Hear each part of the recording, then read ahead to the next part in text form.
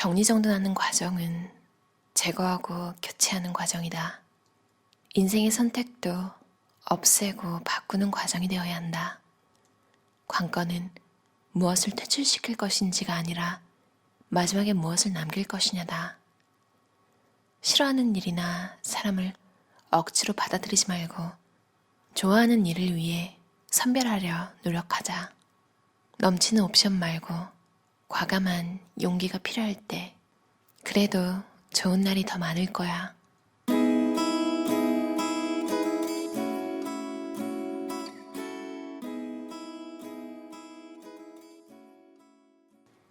선택할 수 있는 기회가 있다는 건 당연히 좋은 일이지만 자신에게 너무 많은 기회를 주면 오히려 독이 된다.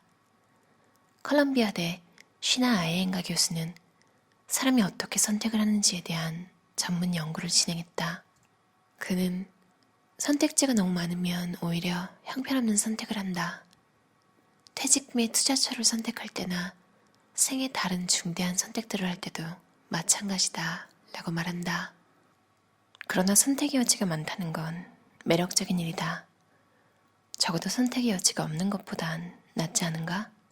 아이엔가 교수의 잼 실험은 이런 잘못된 사고를 허물어준다.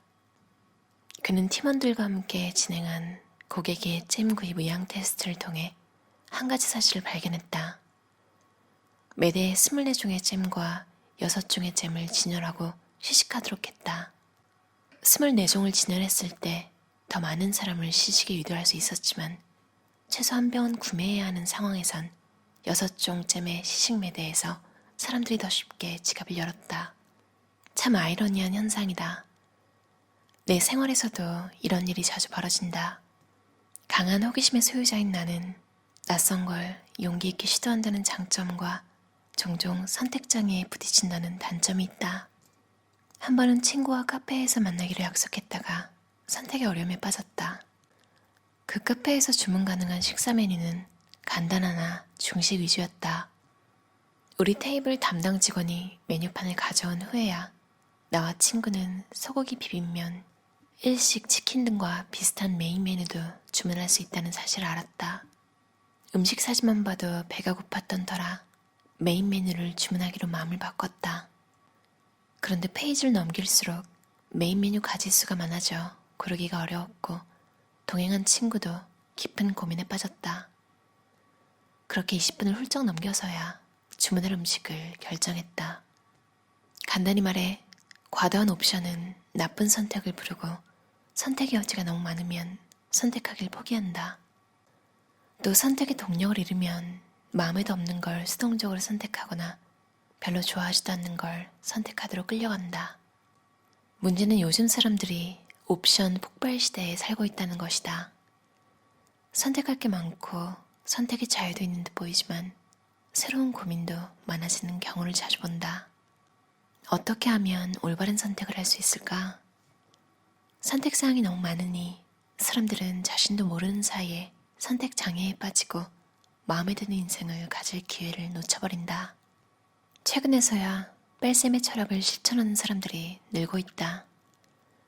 처음 들었을 땐 상식이 어긋나는 느낌이었다.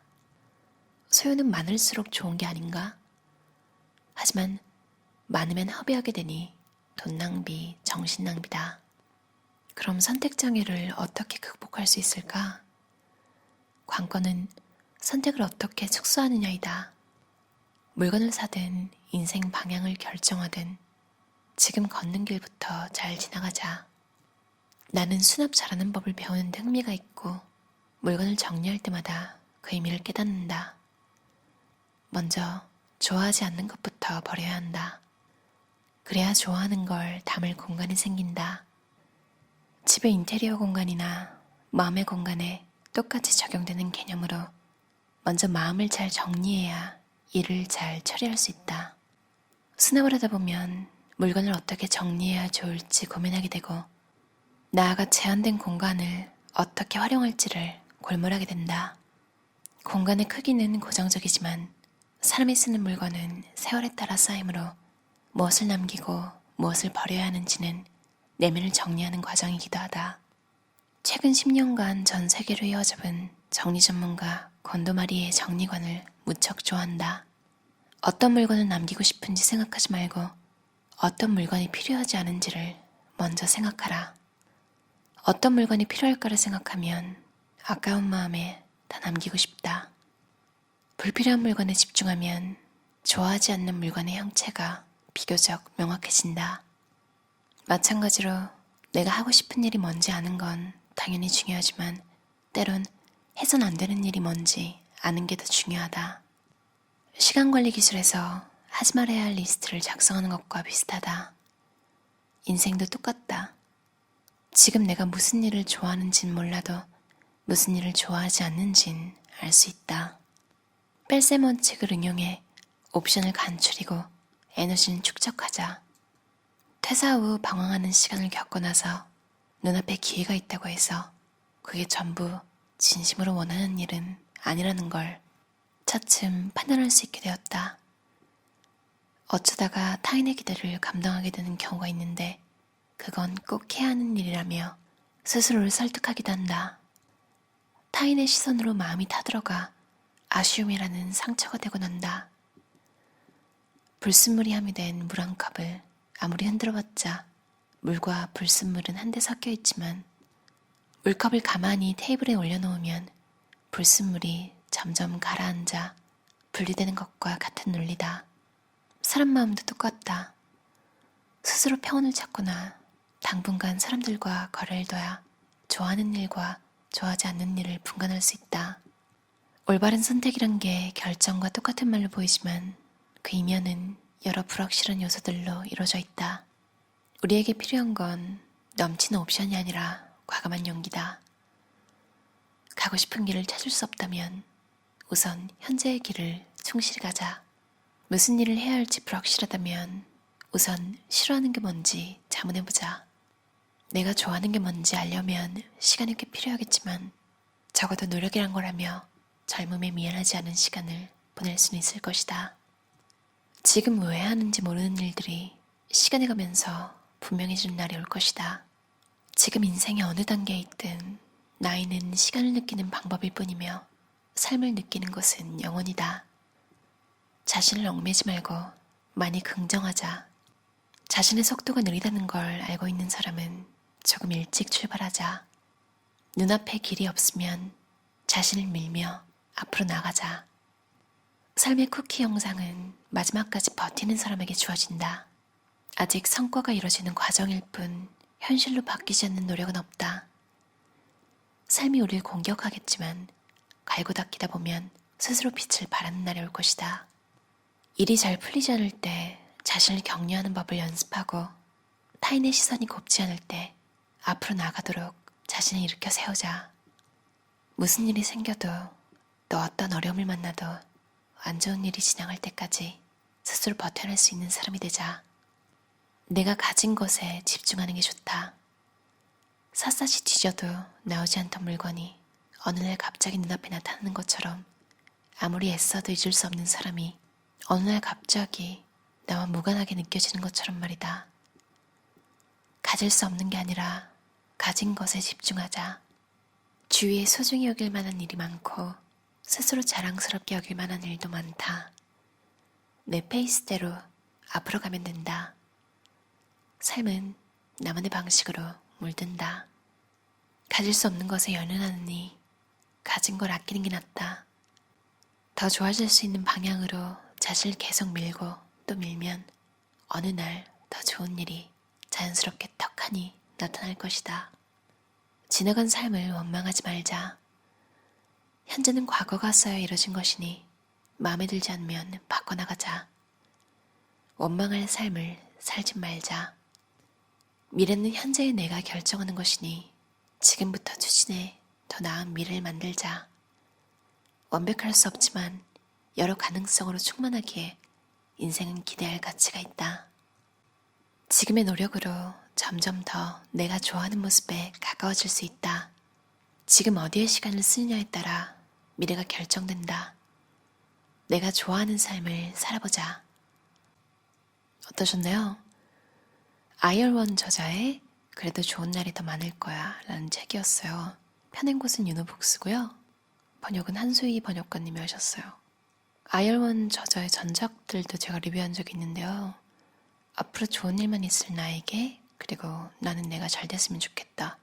그 책 좋아하신 분들은 당연히 좋아하실 책 같아요.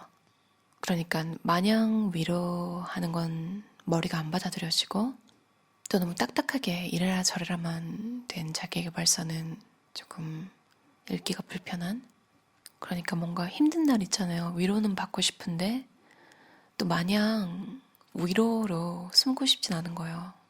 위로도 받으면서 내 안에 뭔가 내면이 좀 단단해지고 싶은 그런 날 읽으면 좋은 책이에요. 오늘 조금 되게 힘든 하루를 보냈거든요. 그러니까 정신적으로. 이 책은 녹음하려고 이미 밑줄은 다 그어놓은 상태였는데 여러분 혹시 위에 뜨신 거 보셨나요? 유료 광고? 제가 이 책이 처음으로 유료 광고를 한 거예요. 미니멀 먼저 채널 2년 하면서. 축하해주세요. 그리고 책 많이 사주세요. 밑줄은 오늘 그은 게 아니라 책을 미리 읽었어요. 그래서 오늘은 오늘의 감정으로 줄 그은 게 아니라 미리 줄을 그어놓은 걸 읽었는데 제가 오늘 딱 필요하고 사실은 제가 듣고 싶은 누군가에게서 듣고 싶은 이야기들이더라고요. 저는 가끔 인생을 참 헛살았다는 느낌을 자주 요즘 들어 느끼거든요. 물론 이런 얘기를 누군가한테 하면 무슨 소리야, 너 잘 살고 있어, 이렇게 해줄 거예요.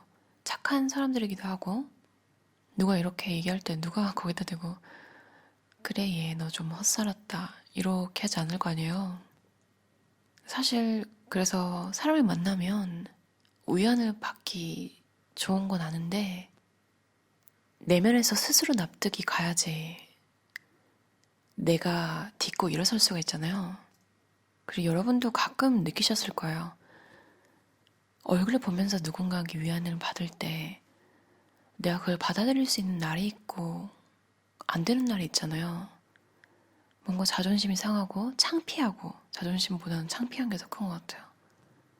그런 날 책이 참 좋은 게 책은 내가 위안을 받을 만큼 받고 덮어버릴 수 있잖아요. 친구를 만나면 내 기분을 한 줄로 설명하면 또 너무 짧고 막 이제 이것저것 얘기를 해야 되는데 사실 이런 뭐라고 해야 될까요? 존재론적 고민? 그러니까 뭔가 특정한 오늘 뭐 누구랑 싸워가지고 야 좀 들어봐봐 뭐 이렇게 하는 일이 아닌 이상 5분 동안 기분이 처졌다가 갑자기 또 기쁠 수도 있거든요. 앞에 사람이 있으면 이제 일관성을 유지해야 되잖아요. 그러니까 계속 우울한 느낌을 주면서 왜냐면 이야기를 그렇게 시작했으니까. 그리고 또 친구가 위로해주면 거기에 대한 리액션을 해줘야 되잖아요. 그런 거조차 피곤할 때 이 책을 읽으면 가슴속 어딘가에서 뭔가 할 수 있다는 느낌? 이런 게 생겨나는 것 같아요. 그리고 뭔가 요즘에는 우울한 얘기가 좀 포화 상태잖아요. 안 그런 사람이 드문 정도니까 그런 얘기가 좀 진지하게 받아들여지지 않는다는 느낌도 들고 자주 보지도 못하는데 오랜만에 만나서 그런 얘기하기도 좀 그럴 때 이런 감정을 해소하기 책이 딱 좋은 것 같아요. 저는 특히 감정을 이해해주면서 해결책도 제시해주는 스타일을 제일 좋아하거든요. 아열원 저자의 전작들도 그랬지만 진짜 똑똑한 사촌 오빠, 형제 중에 이런 분이 있으면 정말 인생이 망할 리가 없는 느낌? 그냥 되게 든든해요. 제 가상의 친구 같은 존재로. 누구에게나 똑똑한 친구가 필요하다고 스콧 아담스가 그랬거든요. 가끔 그 똑똑한 친구 하나 때문에 여러분의 인생이 바뀌기도 하잖아요. 근데 이 저자가 좀 그런 느낌이 들어요. 되게 명확하게 자기계발서라는 명찰을 확실하게 달고 나온 여러 가지 책들에서 본 내용들이 저자의 통찰력과 저자의 경험과 어우러져서 되게 따뜻하게 써져 있어요. 그러면서도 위로 속에 숨어서 아무것도 안 하지 않도록 조용하고 따뜻하게 팩폭을 해주는 게 있어요. 원래 미니멀리즘 관련 부분 말고 다른 부분을 밑줄도 많이 그었거든요. 그 부분 중에 짧게 읽고 끝낼게요. 가치 있는 것 치고 쉽게 얻을 수 있는 건 없다. 인생에서 막막함은 피할 수 없다. 심지어 자주 막막하다. 원하는 일을 결심하지 못하고 안정적인 일상을 포기하기 아쉽다. 일, 생활, 연애 할 것 없이 분명함이란 건 늘 부족하고 찾기 어렵다. 삶이란 게 넘어짐의 연속이며 끊임없이 미조정하는 과정이다. 인생이라는 부목을 밟은 이상 계속 자세를 조정해야 넘어지지 않는다. 균형을 유지하려면 먼저 균형을 잃어야 하고, 삶의 불확실성을 상쇄하려면 삶 속 뜻밖의 일들에 열심히 저항해야 한다. 조금 더 유연성을 발휘해 용감하게 삶의 고단함을 감당하고 외로움을 참아내 필요한 고독을 차분히 건너자. 더 좋은 날이 기다리고 있다. 그래도 좋은 날이 더 많을 거야. 들어주셔서 감사합니다. 편안한 밤 보내세요.